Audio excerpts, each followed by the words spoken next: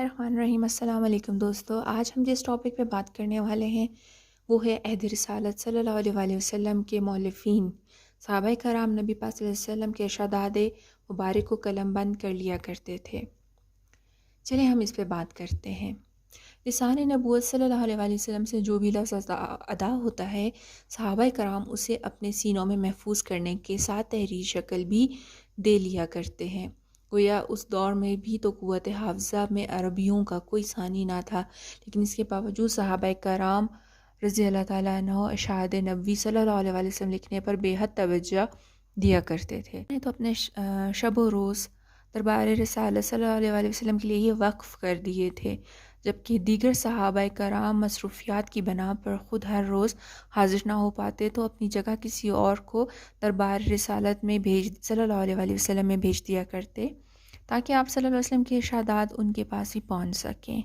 सहाबाए कराम की इसी जज्बे की बदौलत आज हमारे पास अहादीस नबविया का एक बहुत बड़ा ज़ख़ीरा मौजूद है।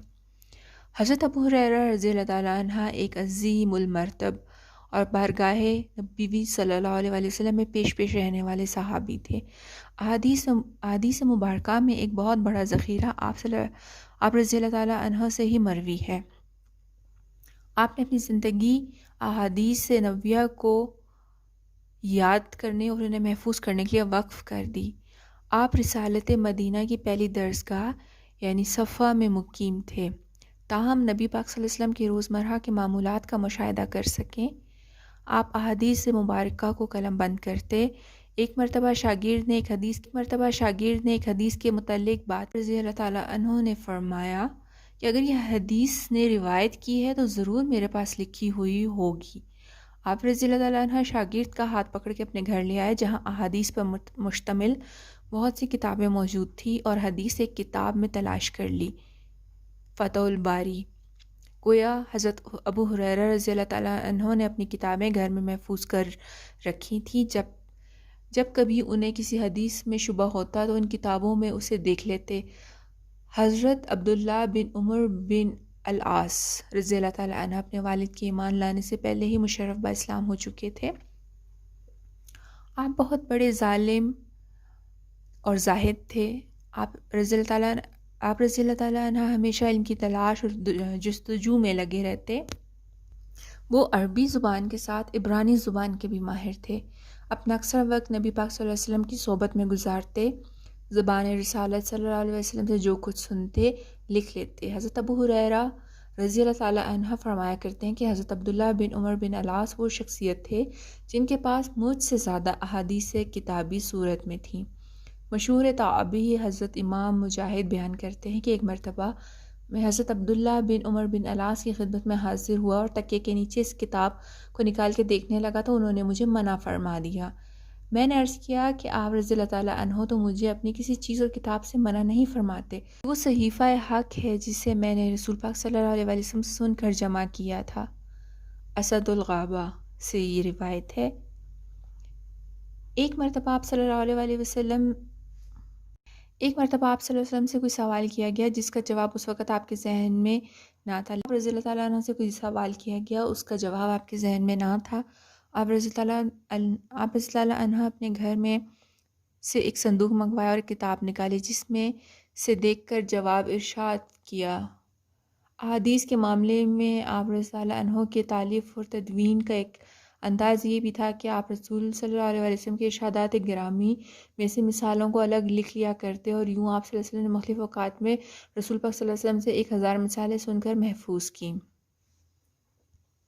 मुफ़स्सिर कुरान हज़रत अब्दुल्ला बिन अब्बास रज़ी ताला अन्हु नबी पाक सल्लल्लाहु अलैहि वसल्लम के चचाज़ाद थे। आप रज़ी अल्लाह ताला अन्हा की वालिद ने इब्तिदा ही में से इस्लाम कबूल कर लिया, इसलिए आप रज़ी अल्लाह ताला अन्हु की परवरिश इस्लाम के साए में हुई। आप रज़ी ताला अन्हु अक्सर औक़ात नबी पाक सल्लल्लाहु अलैहि वसल्लम की सोबत में रहा करते। क़ुर्बतदारी के सबब भी आप रज़ी अल्लाह ताला अन्हु को दरबार नबूवत सल्लल्लाहु अलैहि वसल्लम से इस्तिफ़ादा हासिल करने का मौका मिला।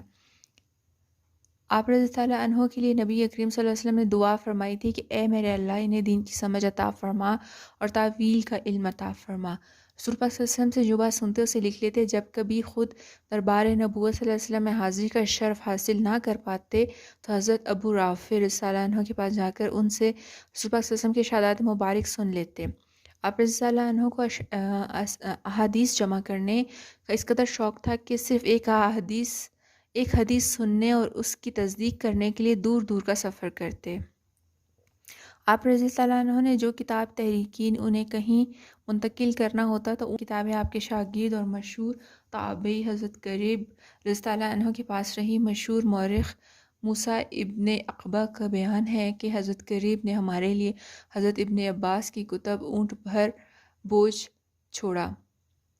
آپ رضی اللہ عنہ قرآن مجید کی تشریح اور تفسیر باقاعدہ اپنے شاگردوں کو املا کروایا کرتے. تفسیر تبری کے مطابق آپ رضی اللہ عنہ نے اپنے شاگرد حضرت مجاہد بن جبر رضی اللہ عنہ کو قرآن پاک کی تفسیر املا کروائی تھی. حضرت عبداللہ بن عمر رضی اللہ عنہ خلیفہ دوم حضرت عمر فاروق رضی اللہ عنہ کے صاحبزادے تھے. انہیں سن بلوغ تک پہنچنے سے پہلے اپنے والد کے ساتھ اسلام قبول کر لیا تھا. آپ رضی اللہ عنہ بہت بڑے فقہ نویسی اور فتویٰ نویسی میں مہارت رکھتے تھے. آپ رضی اللہ عنہ کو قرآن کریم سے بہت شغف تھا. مشہور ہے کہ ایک رات میں پورا قرآن ختم کر لیا کرتے تھے.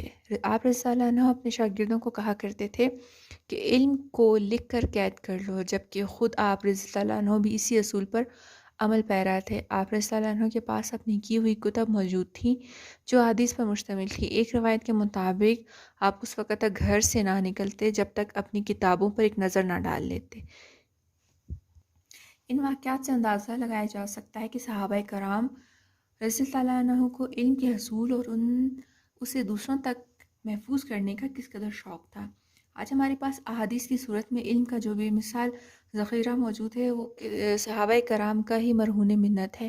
اس بات میں کوئی شبہ نہیں کہ مسلمانوں کے زوال کی ایک بنیادی وجہ علم اور کتابوں سے دوری تھی. لہٰذا ہمیں اپنے اسلام اور اسلاف کی پیروی کرتے ہوئے علم کی شمع کو ایک بار پھر روشن کرنا ہوگا. یہ تھا ہمارا آج کا ایک چھوٹا سا ٹاپک. امید ہے میرے دوستوں آپ کو پسند آیا ہوگا. کمنٹ میں مجھے اپنے خیالات کا اظہار کریں. اپنا خیال رکھیں، دعاؤں میں مجھے یاد رکھیں. اللہ حافظ.